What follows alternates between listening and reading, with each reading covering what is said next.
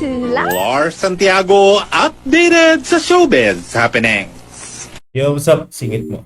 Ano nga ba mas nauna? Itlog o manok? Depende daw sa nagtatanong, sabi ng mga ekadal sa comment section. At sino nga ba yung nagtatanong? Hindi si Lance! Na kung saan kinagigiliwan siya ng mga ekadal ngayon sa Pilipinas. Bakit kaya? Alaman natin yan dahil segment natin ngayon ay... Ano nga yun? Kapahamakang Scroll Part 2. Doom scroll sa English. Teka, considered ba na doom scroll kapag nakasearch ako sa certain topic? Parang isa lang makakasagot dyan. May kailangan akong makakasagot nito. At yun ay si... Hi! This is Singit Mo! Para masagot ang katanungan ni Kuya, alamin muna natin kung ano nga ba ang definition ng doom scroll. Ang doom scroll ay nagre-refer sa isang individual na kung saan nag-i-scroll siya mindlessly sa social media platforms. Ngunit sa case ni Kuya, nakasearch siya sa isang certain topic, and this is called researching, not doom scrolling. Dahil may pinagkaiba po ang pag-research at pag-doom scroll. Ikaibahan po ang research at doom scroll. Sa research, goal-oriented ka. May plano ka. May goal ka kung anong hinahanap mo. Kung sa doom scroll naman po, wala ka pong hinahanap. Kumbaga, nagma-mindless scroll ka lang. Yun po ang pinagkaiba ng dalawa. Now you know. Ops, okay na.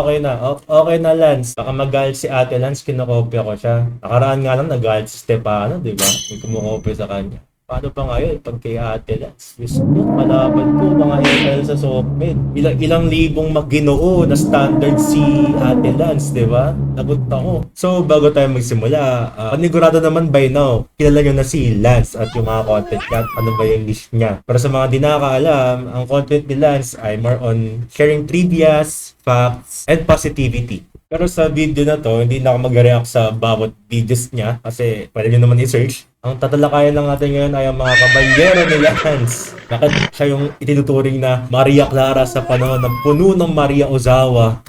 So kamakailan lang may post siya 13 hours ago. Hindi ko nababasahin to word by word dahil pwede nyo naman siya i-search sa Facebook page niya. Pero statement siya regarding sa issue na ekalal niya na hindi na nirespeto ang kababaihan in general. Alam mo, nakakaawa yung situation na to kasi nadadamay yung pangalan ni Lance kahit di naman niya intend na ganito yung mangyari kasi in the first place, so content niya is for sharing trivias lang, positivity and all.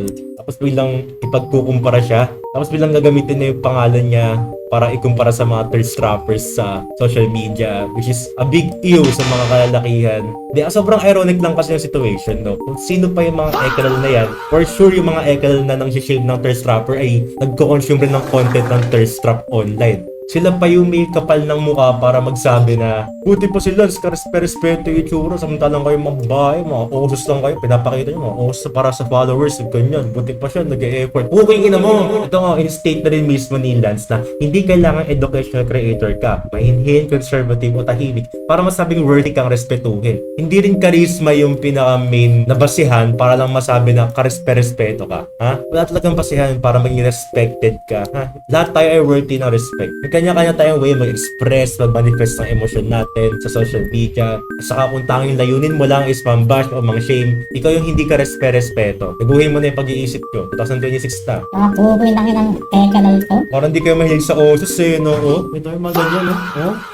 Osos reveal. Tingnan nyo, parang di kayo nagpo-consume ng mga ganyan sa social media. And props kay Lance dahil nag-post siya ng ganito regarding sa issue na to. At nag-speak up siya about doon. At big respect yun para ma-lesson naman na yung mga ganitong situation na pagkukumpara at pang-shade. Huwag naman natin isuppress yung freedom ng bawat isa para mag-manifest ng kanilang emosyon or maging proud sa kanilang mga sarili. At hindi mo pwedeng idikta na hindi ka respeto yung ganong way. For example, yung pag-thirst trap, hindi lang naman babae yung nag-thirst trap sa social media. Pati naman tayo mga kalalakihan.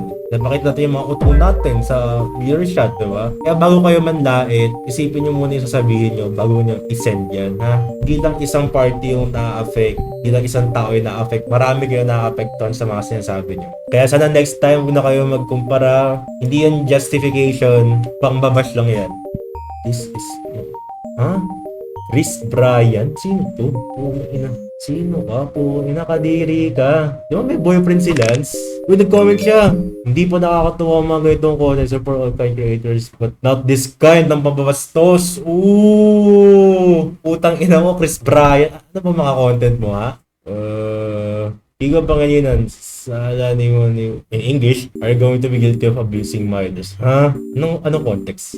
Yung sa Tacloban shooting, yung juvenile law ba yun ni Kiko Pangilinan. Honestly, hindi pa ako masyadong aware dun or hindi pa ako nakapag-research sa nangyari dito, Tacloban shooting at bakit nadama yung law ni Pangilinan.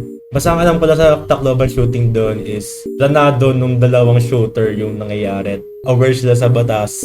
Kasi parang ang low nung take na pambubuli daw yung reason kung bakit nagkaroon ng shooting. Pero alam ko way before classes pa or start of classes pa pinlano yung Tacloban shooting na yun. Ang masabi ko lang dito for now is rest in peace doon kay Fabian ba yun? Or kay Fabian, Dazo at Yancy dahil sila yung nasawi sa shooting noon nung araw na yun. Hindi natin alam kung sino ba nag-i-influence sa mga batang to, yung mga shooters na to, para gawin nila yung ganyan. Hindi to basta-basta bullying na case. At hindi rin pa kanato ng Roblox ha. Mga school shooters ba to? Mga psychopath ang manusuot ng ganyan sa sa bumatay ang ibig sabihin. Yung KMFTML. No pity for the majority. Yikes. Mag-ingat lang tayo guys sa mga ganito. Ha? At tignan tayo nyo rin yung mga anak nyo kung ano yung pinagagawa nila sa social media. Baka na-influence sila bago nyo sisihin yung Roblox. Hindi porket sabi ng gobyerno or nakataas na Roblox ang reason bakit nagkakaroon ng shooting. Tingnan nyo muna yung mga anak nyo kung ano ba yung pinagagawa nila sa online. Ha? Balik tayo sa'yo, Chris Bryant, ha? Mukhang ina mo. Kaya understandable yung post ni Lance regarding sa sobrang out of the line na kasi alam naman ng karamihan na may boyfriend si Lance. As wala pang permission niya para gamitin yung mukha niya for AI purposes. Sasayang kayo ng tubig, leche kayo. Ano to? Totoo bang may issue si Lance nung senator pa siya nung CSG way back 2022? And seniors who can back this up, just want to clarify. And anong thoughts niyo kay Lance? May issue din siya sa oil price hike noon, di ba? What? Check natin yung comments. Mag-chismis tayo. The only thing is serious crab mentality. Baka crab mentality lang to. Sige, let's say may issue siya noon. And isang oil price hike, hindi ko alam kung ano yun. Hindi ako fan ni Lanza at hindi ko alam na may issue pala siya sa oil price hike. At kung ano lang ginawa niya no 2022 ha, 2022 mind you, tagal-tagal lang na ito. Anong taon na? Sa kailang taon na rin naman, di ba? 2022 pa. Pero sa oil price hike, ewan ko kung ano yun. Kung singit mo, follow kayo dyan ha. Please, But what follow the kayo, hell, please. boy? Watch this unspoken riz.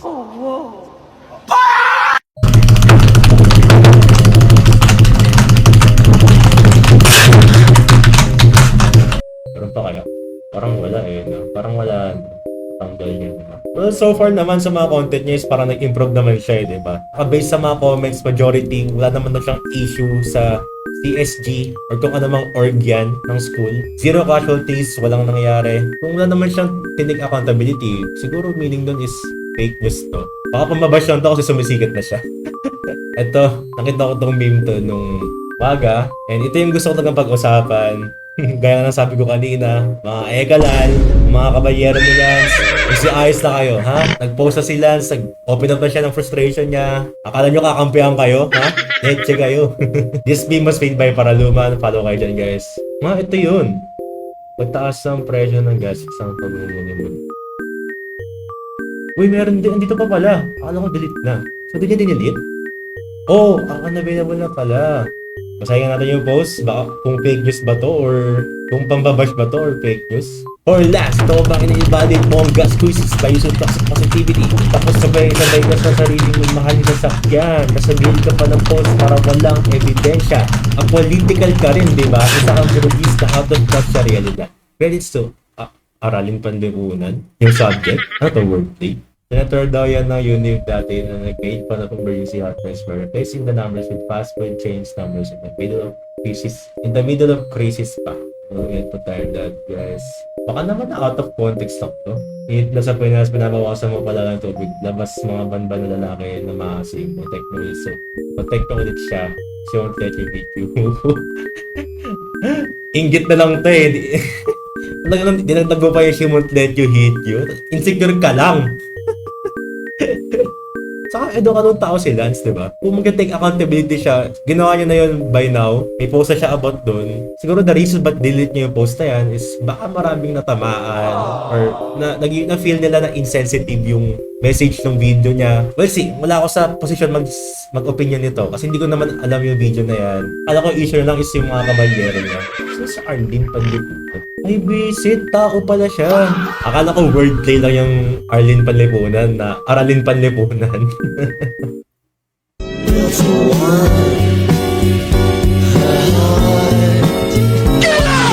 Troll account ba to? Parang troll account lang to eh, no? Ano ba yung opinion niya?